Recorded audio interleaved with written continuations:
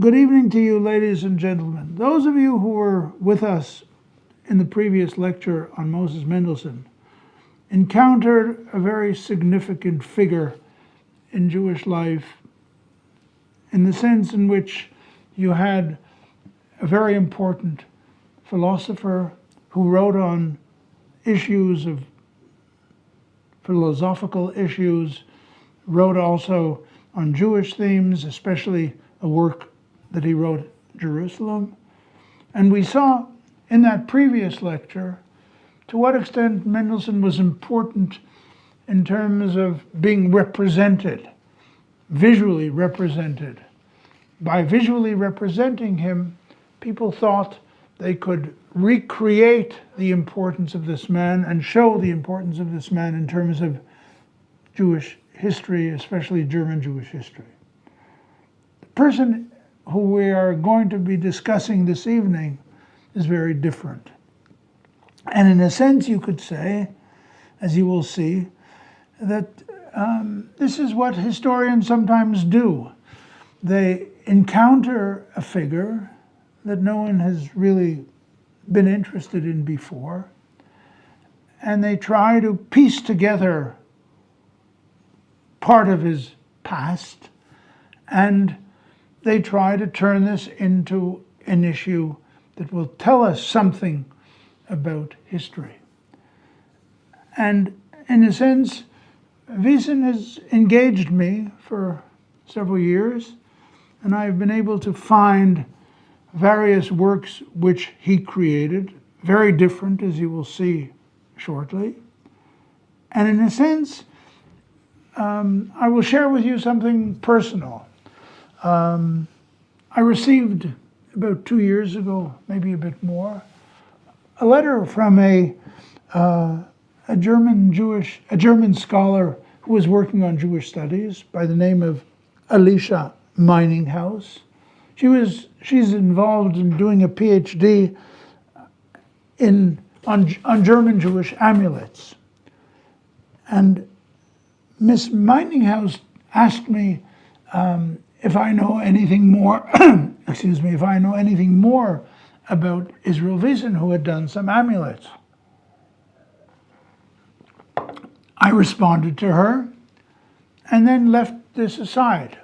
A short while later, I received a letter from Wiesen's great-grandson, Yehuda Wiesen, who lives in the United States, and he asked me, what do I know about his great-grandfather?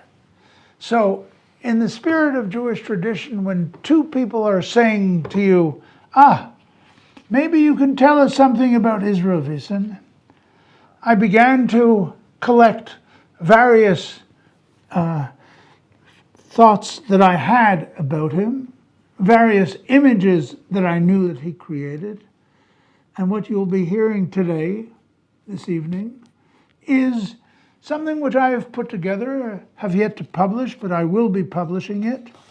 And you may find that this does tell us something about the visual world of an Orthodox Jewish figure living in Germany, mostly from the middle of the 19th century till he died in years later. So what we're going to be talking about is the visual world of an Orthodox, maybe Melamed is not the exact word that I should be using, school teacher in Germany from 1835 to 1900. And here you see several self-images of the individual, one from 1870, one from 1876, and one from 1882. Now, why is this an interesting phenomenon for a historian to pursue? You see, scholars who have worked on German Jewry have often commented on the fact that Orthodox Jewish education in the 19th century was beginning to wane as the process of acculturation and modernization underwent rapid developments. Efforts to continue an Orthodox Jewish way of life persisted, though, in rural and urban life, including the education of Jewish children in specifically designated schools, but it's clearly declining, and Orthodox Jewish teachers faced an increasingly challenging terrain as their constituency dwindled and various German authorities intervened to guarantee a more secular education in Jewish schools. So for those of you who know the situation in Israel, for instance, this is a very interesting parallel in the sense in which there are very Orthodox schools, and then there are attempts by the Institute or the Department of Education to bring in some secular education into these schools. Now, Israel Wiesen was an Orthodox teacher who clearly sensed the need to reinvigorate the education and knowledge of Jewish children in Germany. But alongside his professional occupation as a melamed, or as a school teacher, he added, as was very common, other religious functions to his portfolio. He said that he could be a shaliach tzibur, that he could be a cantor, or he could lead services, that he could be a mohel, circumciser, and he could even be a shochet, and he could do ritual slaughter of animals. But Wiesen also had another interest, which interests me, which he pursued for more than 30 years of his life, and that was a preoccupation with visual imagery. Now, here was a man who lived in very small towns most of the time, seemingly without significant material assets, but he aspired to be acknowledged for his interest in education and his penchant for the visual sphere. Here we find a unique voice of a non-urban Orthodox Jew who encountered the dramatic changes transpiring around him, feels attached to them in some form or fashion, and he gives expression to them in forms that generally avoid the attention of individuals, historians, scholars of Jewish art, and therefore, I imagine, ladies and gentlemen, that very few of you, if any of you, have ever heard of this man. But Israel Wiesen was an educated, ordinary Jew, and his visual productivity provides a window into the way the changing nature of Jewish culture penetrated the lives even of Jews of Orthodoxy, especially those in Germany. Now, what do we know about him? And here again, things are not simple. We know that he was born in Temeshvar on January the 3rd, 1835, in Temeshvar, which is in the Banat region of Hungary. And he died, as you're looking now, the notice of his death on 14th of May. But the notice was published on the 15th of May, what you see here, in Osterode am Harz in Germany, and a place where very few of you, if any of you, have ever visited.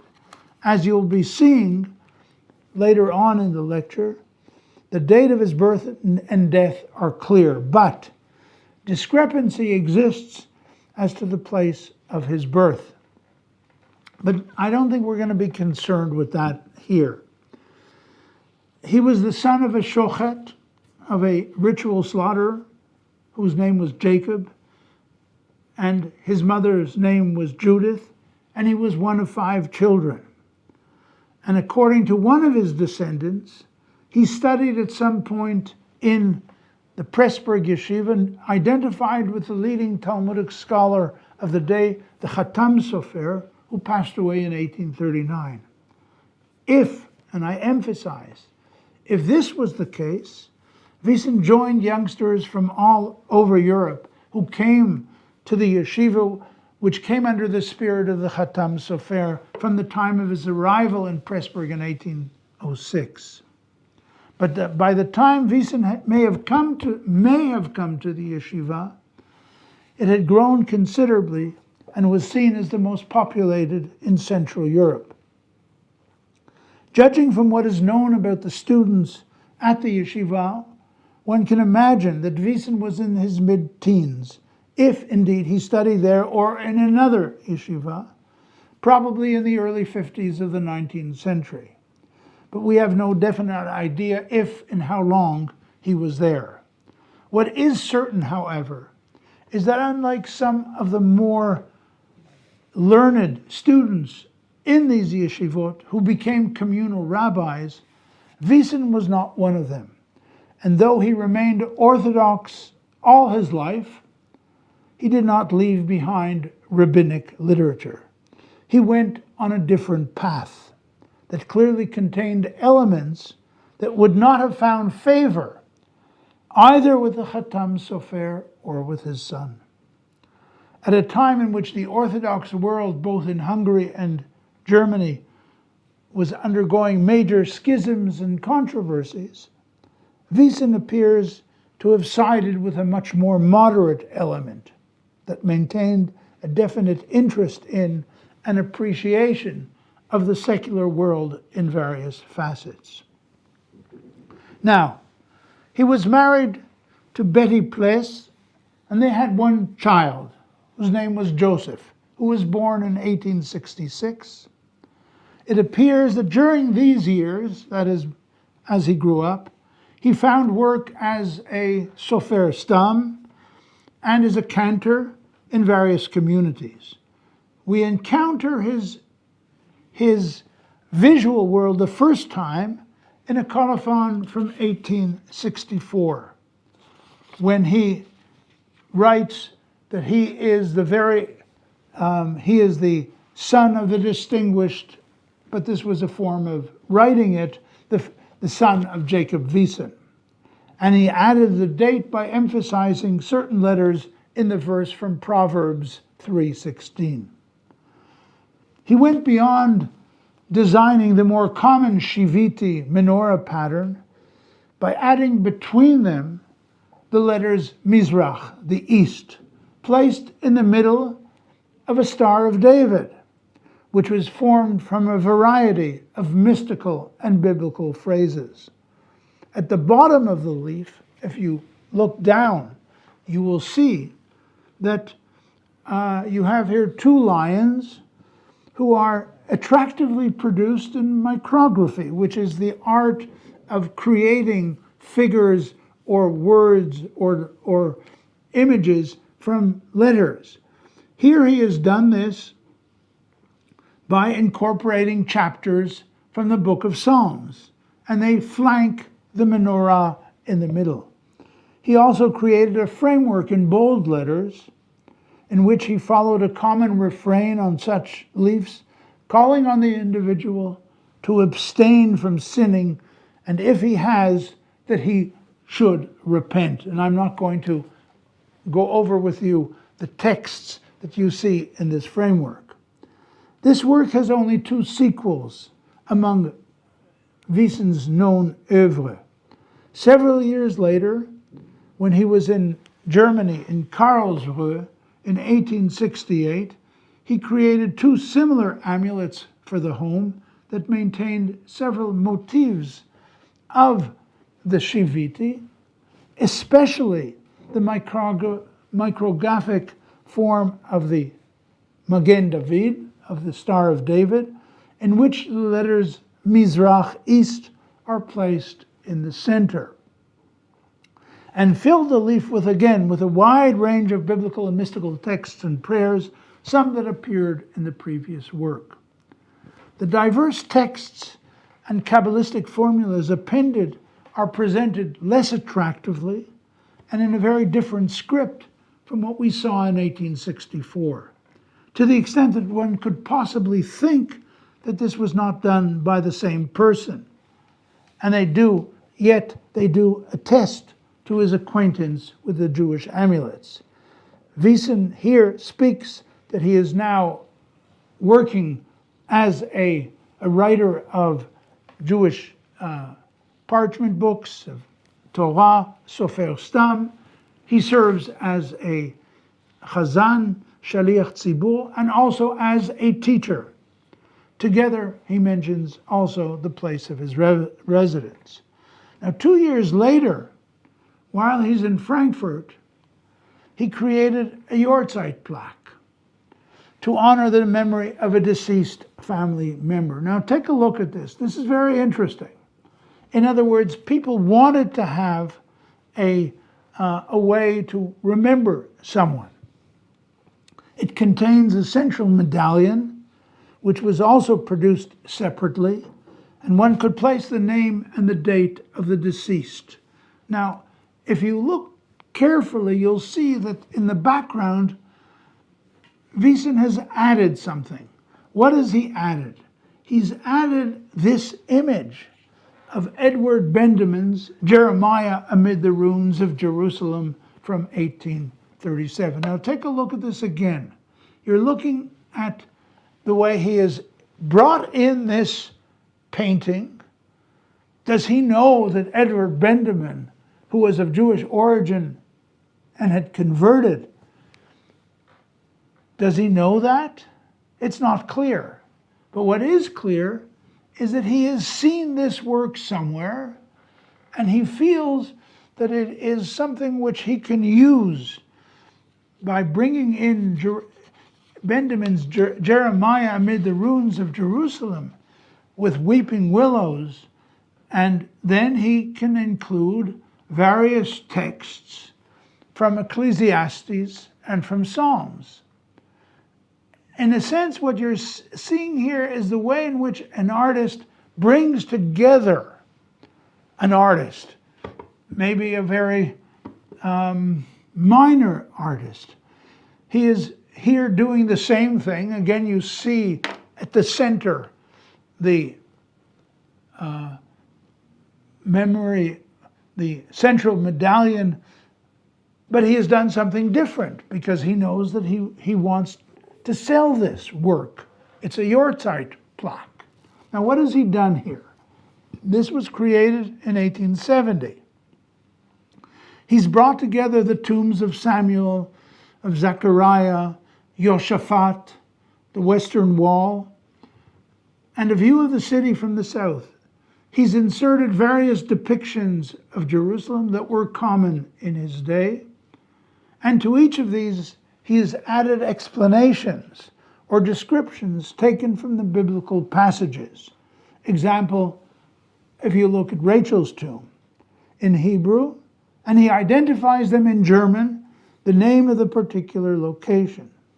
He's also added various sayings and prayers in Hebrew, for instance, the Kaddish, and he reflects on the nature of such a plaque, expending much effort to fill the borders with texts in Hebrew and German, evoking the sense of loss and memory of the deceased. And he signs that he's now in Frankfurt in 1870. Now, I've shown you here several works which are, so to speak, the early Israel Wiesen, where he is concerned with the world, a very, you could probably say, an Orthodox world, though we see that he is using German. The image that you see in front of you here, he's done some very exquisite writing on the side of the central medallion to show how you can say the Kaddish, but he's in a sense integrating images of Jerusalem with Benjamin's ruins of Jerusalem, and he's hoping to sell this and foster this among various people. So in a sense, I'm already bringing you into the world of this individual who is going to be studying at some point to become a recognized teacher, But at this point, he has a certain interest in creating amulets. Look what we've seen before. He's created amulets. Now that's clearly for an Orthodox clientele, not for the clientele of German Jews who have become much more integrated into society. They wouldn't be buying this. Now, suddenly, for whatever reason, he goes into totally different direction. And that direction will be completely identified with him for years to come. Now, what happens? He is now in Hamburg, again, en passant, 1869, and he creates images that are called distinguished men in Israel. Now, I mentioned in the previous lecture that those of you who will be disturbed by the fact that you're only going to be looking at men, c'est la vie, that's life, ladies and gentlemen, in the 19th century, and especially by an Orthodox figure like Wiesen. But I don't think he is very unique in this way. Clearly, men were more of engagement than women, and he's also done something here which is quite remarkable. You see here two images together. On my left, you see three figures seating around a table. He has added, he has obviously seen this in a newspaper where he sees three figures, Abraham Geiger, Moritz Lazarus, and Joseph Ritter from Wertheimer sitting at a table. Now, who are these figures? They are part of the first Israel Synod that took place in Leipzig from 29 of June to 4th of July, 1869. Now, these are figures who are all part of a very different element than Wiesen is himself. They are all Reform Jews. And Geiger, of course, is one of the most important Reformed Jewish figures of the 19th century.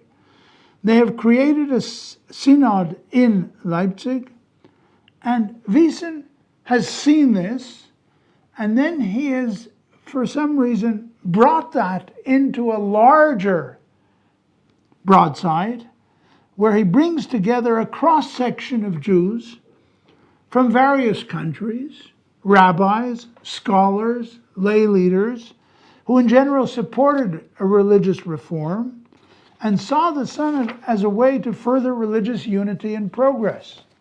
Now, some of the 83 participants who were part of the Leipzig Israelitish Synod are appearing in this great distinguished men of Israel. But Wiesen went a step forward when he is obviously thinking, with whom do I associate these people? He brings here, among the contemporary individuals, two well-known Jewish figures from the past. If you look at the top of the image to the right, you'll see, those of you who already are informed from my previous lecture, you will see Moses Mendelssohn. And next to Moses Mendelssohn, whom he calls Dr. Moses Mendelssohn, is Benedict Spinoza, Dr. Spinoza. Now, it's as if Wiesen, this Orthodox figure, is granting the two philosophers, even the band Benedict Spinoza, pride of place among the distinguished men, an indication, now I may be wrong, that he did not view him, especially Spinoza, negatively, though he incorrectly dates Spinoza from the 17th century, from the 18th century, but we can see that he has done something very interesting. He's put together these figures by cutting out figures from different places, put them together, has created this broadside, and this will now be what Wiesen is interested in for the next period of his life. For the next 20 years, we're going to be seeing that he's doing this as a hobby, maybe. I could also mention some of the other figures, but just below Mendelssohn, in the center, of course, is one of the Rothschilds, and the Rothschilds will reappear. Okay, so here is this Orthodox teacher encountering the fact that in 1869 in Leipzig they had this synod. He's taken the three figures, and you can see the three figures are seated at the bottom of the image.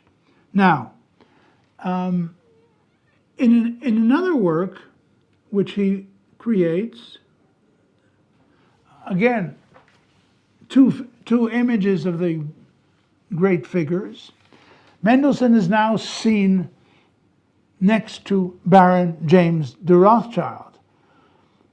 In other words, he's beginning to play with where I will put certain people. He's making certain changes, and it's clear that when he's doing this, he's going to be adding new figures into the broadside. Now, I want you to think about this from the perspective of somebody in the 19th century. There is no Jewish museum at that time. Now, we do know that people who create a sukkah during the festival of Sukkot, they do have images in their sukkah. Now, I don't think that Wiesen was thinking that these figures would be hung in a sukkah. What was he thinking? Why would it be important for me to see figures like Moses Montefiore, Adolf Fischhoff, Adolf Cremieux, Baron James de Rothschild?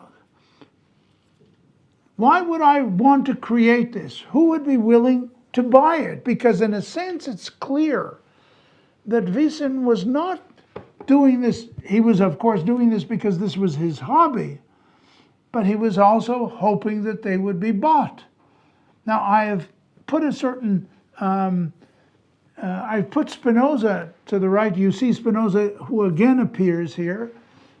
Now, what was in his mind that he thought that people wouldn't mind among these other figures? They're not, none of them are Orthodox, except Mendelssohn was a very traditional Jew.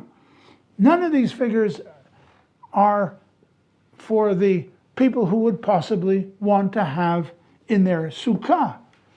But he thought that because maybe people would like to have something in their home where they would be able to show that I come from a culture that has very significant people.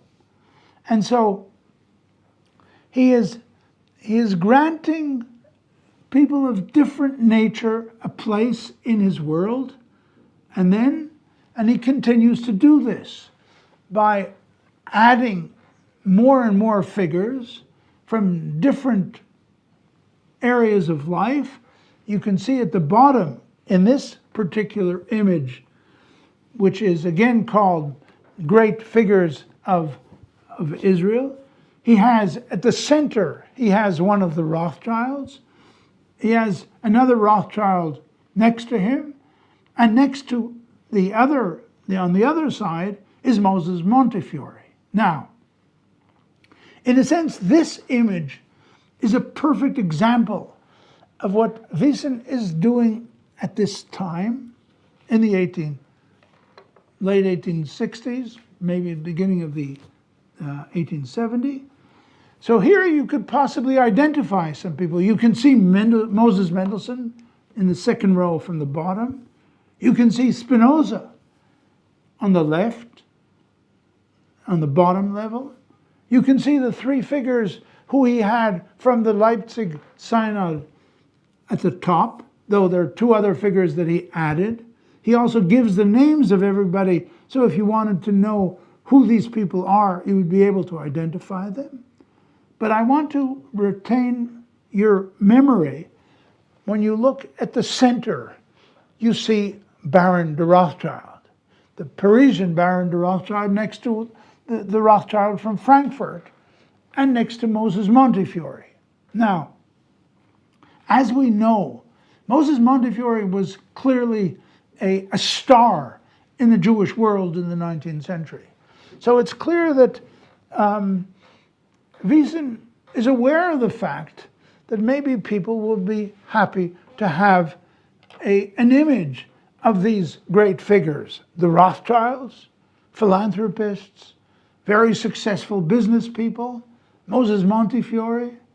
We also have the Reform figures at the top, but then he still brings in Moses Mendelssohn, he brings in Spinoza, and he calls all these figures great men of Israel. And these are people who are very significant for him. Now, are they significant for him personally? Or, once again, I'm asking the question, or is he really thinking of an audience that may be interested? Now, among his other ways of doing it, we see that Montefiore now becomes a central figure. And here, when you're looking at these great figures of Israel, and again, we can say this, that Wiesen continues to add people. You already can recognize some of them. And now something also has happened.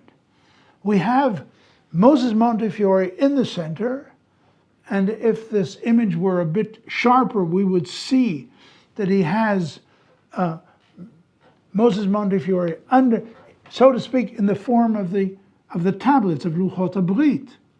And he specifically makes mention of the fact that Montefiore has great virtues, and he is surrounded by four figures who are all people engaged in Jewish philanthropy of the 19th century. He adds an image of himself at the bottom, where you see the yellow arrow at the bottom, and this is already a sign that I don't think that Wiesen is saying, I am one of the great figures, but this is in tradition of people who were artists, also authors sometimes, who want to have their image added into the general figure.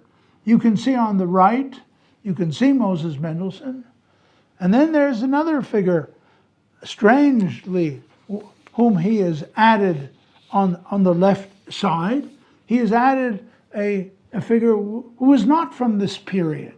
Now, here again, we see something very strange in Wiesen's construction.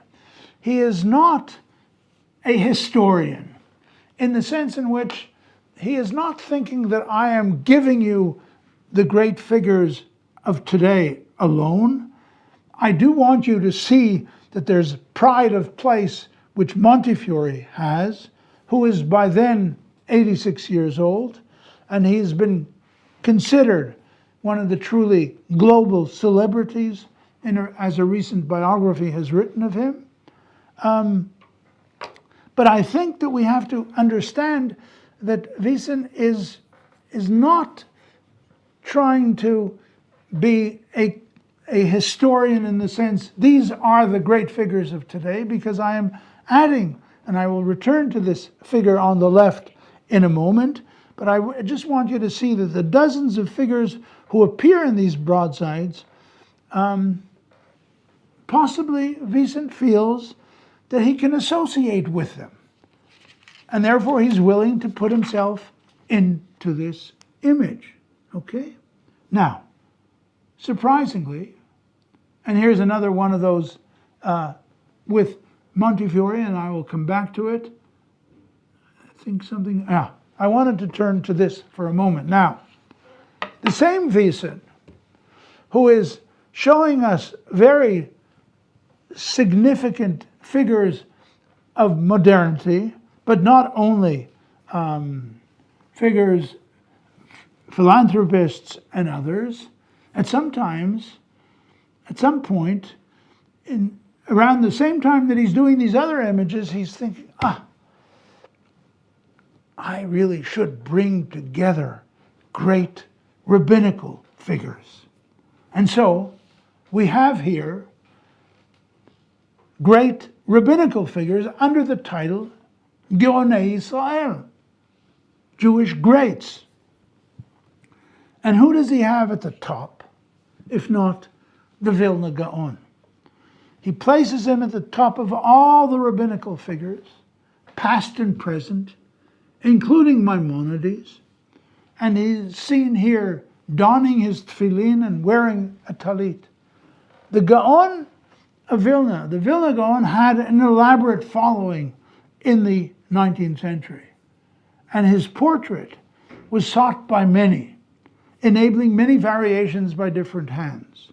So in a sense, you can say that while I'm trying maybe to sell to some people these images of these other Jews, like that you see here, who are a mixed bag of Jewish figures, I at some point think that maybe I should turn my energies into the rabbinical world.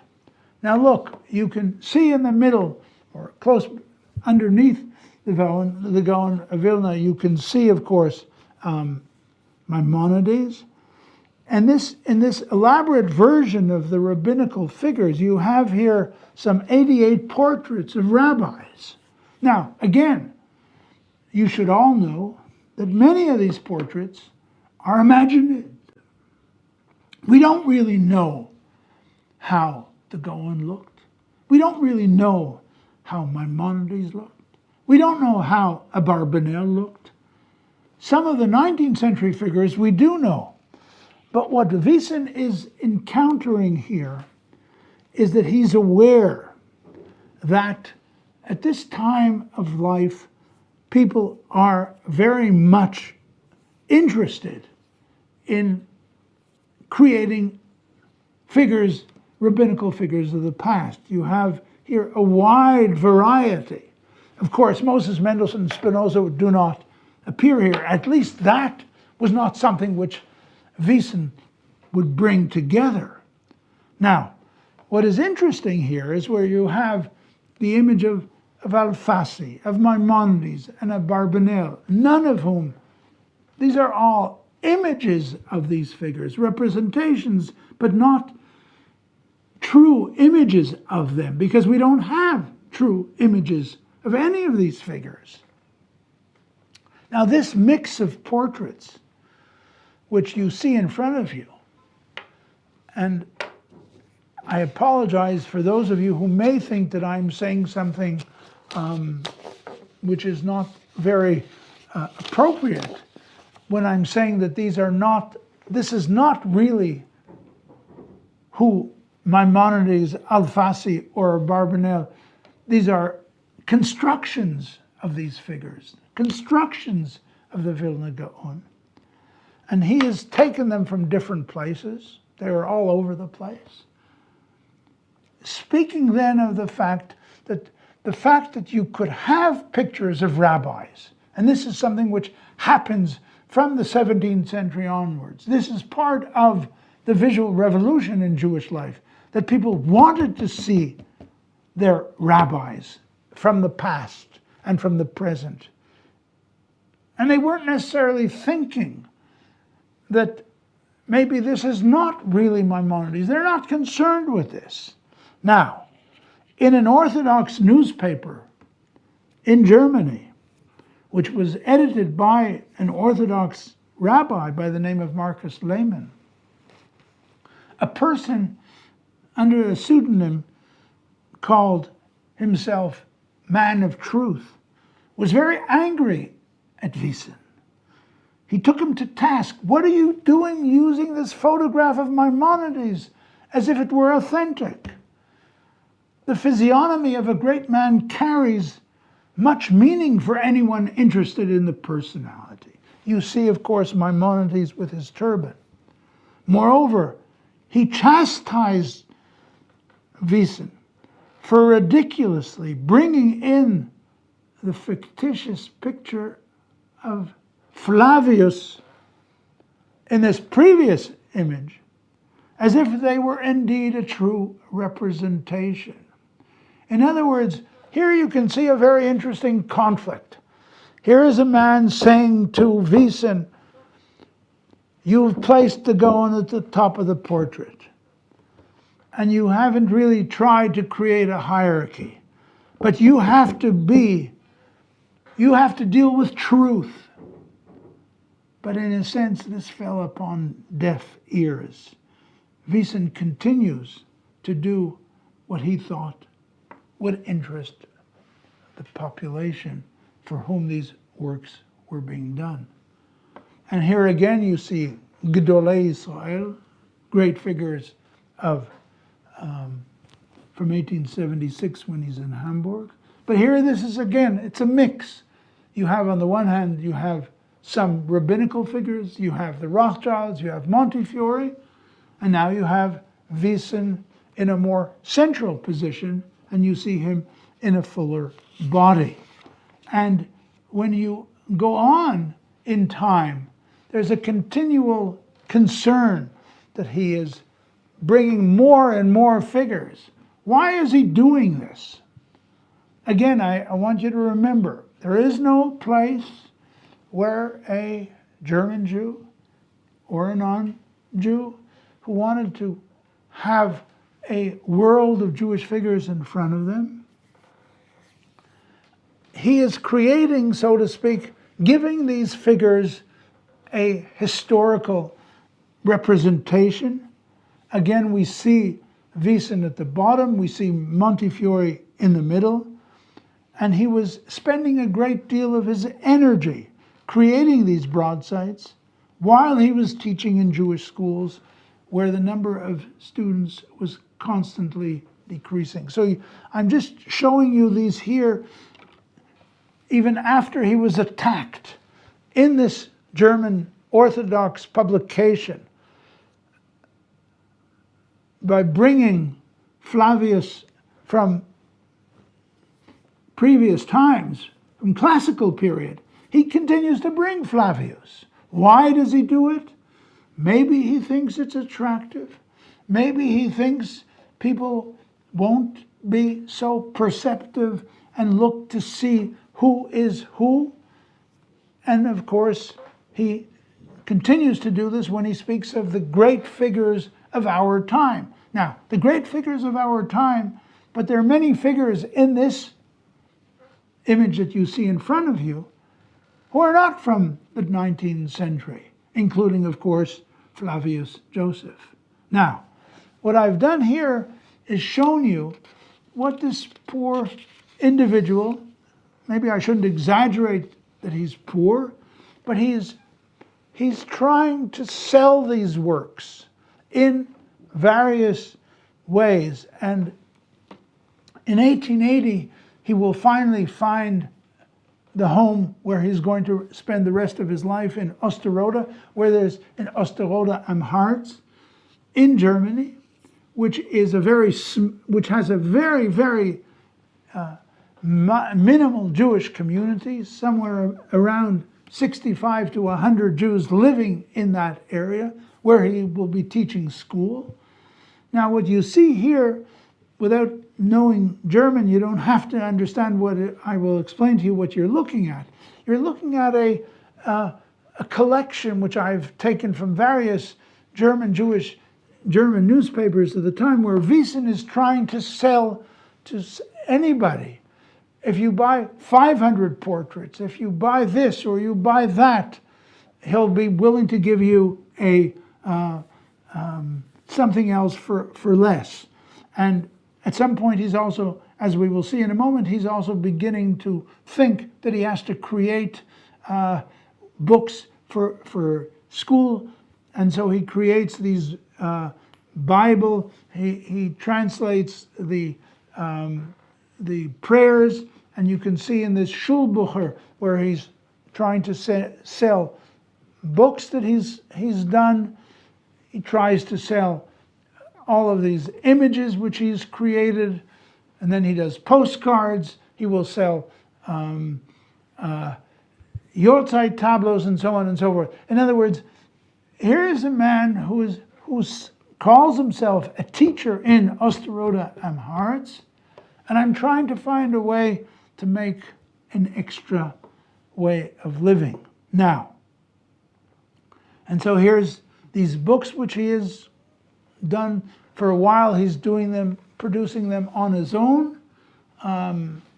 Translation of the book of Genesis, with in which he adds word explanations on Hebrew language, and also a book of prayer. Now, all of a sudden, something else dawns upon Wiesen.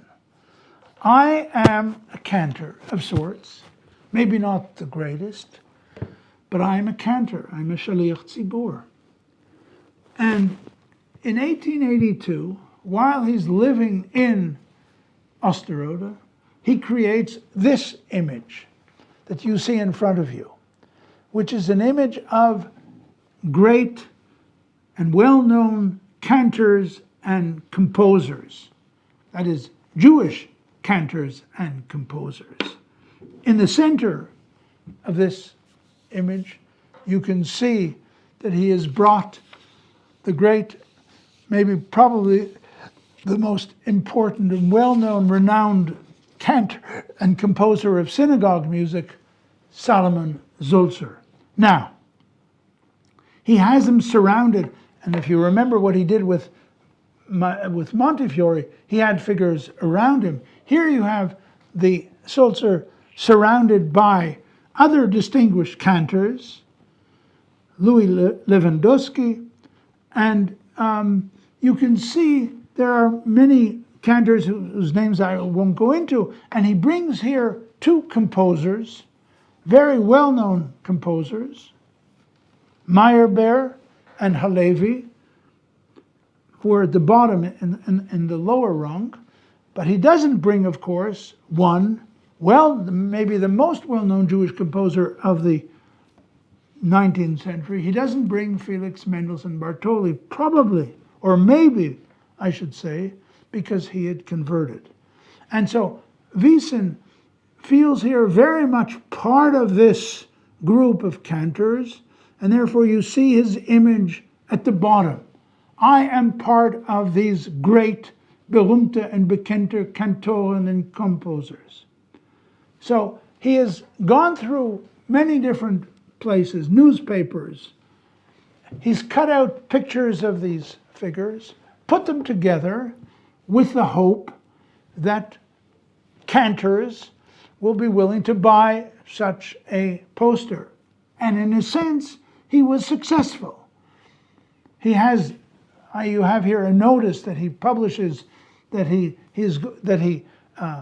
put an advertisement about this, and in a cantor journal, which was published in Vienna in 1882, they are very excited. They say to him, "Go ahead, bring in more cantors. We want more of these images." In other words, maybe Wiesen was successful, that he thought, this is something which people are interested in, at least the cantors may be interested. And so he put this advertisement in the cantor journal, and a laudatory review cited some of the names in the poster, and of course he was encouraged to do another one, which he does several years later. But this time he's changed some of the figures, realizing maybe that this is something which people will be interested in. So here he puts the figure of a very well-known Budapest cantor, who had received the Golden Cross. In other words, we're dealing with an Orthodox Jew whose world is not monolithic. He knows about cantors. He feels identified with them. He doesn't reject the fact that some of them, as you see here, are not necessarily Orthodox. And he feels that this is something which will attract people who are engaged in Jewish music. And when you think of the person who he puts in the middle here, the Budapest cantor Moritz Friedman, who, as I mentioned, received the Golden Cross, he was recognized by the well-known composer Franz Liszt that to write a 50th wedding anniversary special work for the Kaiser in Hungary of Kaiser Franz Josef and his wife Elizabeth, which was held in the Dohányi Synagogue in Budapest in 1879. Now, so you have the musical instruments, you have this conglomeration of individuals, and then Wiesen does something else. In 1891, he creates another work, again, with great cantors and composers in the world of Austria-Hungary. And here he does something which is very strange. In the bottom rung, he has one person who is somewhat elevated, or is in a different context from the others, and that is Solomon Zülzer, who passed away in 1891. Now, when Wiesen did this, he thought that he was maybe utilizing the fact that Zülzer had just passed away, that people would want to buy this group of cantors and composers. But then he was found in a way he was criticized deeply for having done this, because the same people who said, oh, go ahead, do more, create more images of cantors and composers, they wrote and they said, how could you do this? How can you put our great Solomon Zülzer on the bottom? He should have been in the center. Once you're doing that, you have to think that he is the most respected of all. And in a sense, it could be, I'm not sure, because we don't know what happens later on in his life. Wiesen decides that or does not do any more cantors after he's criticized for having produced this image of cantors and, so to speak, bringing down the great figure of Solomon Zülzer to be simply one among the others. Now, as you've seen, Wiesen has done different things.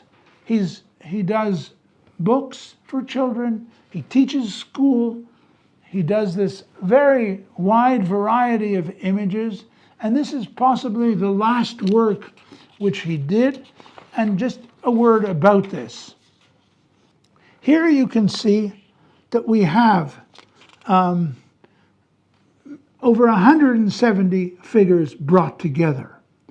He really brings people from all walks of Jewish life, people who have become important in one way or another in their societies, who have acculturated, become important figures. And again, he gives it this title, Great Figures of the Present. So what does all this mean? I would say that the visual world that he offers us enables us to encounter an Orthodox teacher in the latter half of the 19th century in Germany, who is confronted with the growing desire to acculturate to Germany and to German culture and society. This, to a great extent, impacted his life after he comes to Germany in the 30s, and he is constantly trying to find a home, which he does gradually in Osterode in 1880. He becomes fluent in German. He develops a private passion to illustrate his acquaintance with a wide range of Jewish individuals, past and present, and expressed his interest in belonging to the cantorial profession. He also seems to have accommodated himself to a liberal form of orthodoxy, willing to portray and highlight figures who clearly strayed from Orthodox life. We see people from Spinoza to Abraham Geiger. And what is interesting, and when you think about this again in a general context of the 19th century, he has abandoned his earlier interest in creating Shivitis or Mizrachim, either because they lost their appeal to German Jews or his own interest. And therefore, I think that the varied legacy which we see in this visual and textual world provides an opportunity to view the life of a common Jew, unheralded, but worthy of note in a period of great transition. I mention this because what we're seeing here is the visibility. And he was then buried, of course, in 1900, and he was mentioned in various papers in Germany at that time. Now, I must say that Israel Wiesen will not be remembered by many, very much different from the figure that I will be speaking of in my next lecture. But I thought that it's important in this series of lectures to bring to you the figure who is very different from a true artist. He is not an artist, but he's aware of the fact that the visual, in a way, speaks to people in ways maybe that it didn't speak to before. Think of the fact that we have all these rabbinical figures who are all imagined in their visual appearance, but it's clear that people are interested in seeing them. I mentioned in the previous lecture, and I will end with this, that the Lubavitcher Rebbe, the former Lubavitcher Rebbe, the last Lubavitcher Rebbe, said if you cannot in any way read me or visit me, look at me, see me. Now, in that sense, the Lubavitcher Rebbe was a 20th century figure, but he had, in a sense, maybe knowing that for already a long period of time, people wanted to be able to see the figures that they thought were significant in their lives. Maybe this is what brought Wiesen to do what he was doing here. This will not at all be part of the next lecture when I will be talking about Samuel Hirschenberg, who was a Polish Jewish artist who lived in the same period as Wiesen. He died in 1908, born in 1865, and does not have many individuals that we have seen here today, but one of them will reappear, and I won't tell you now which one it was. Thank you.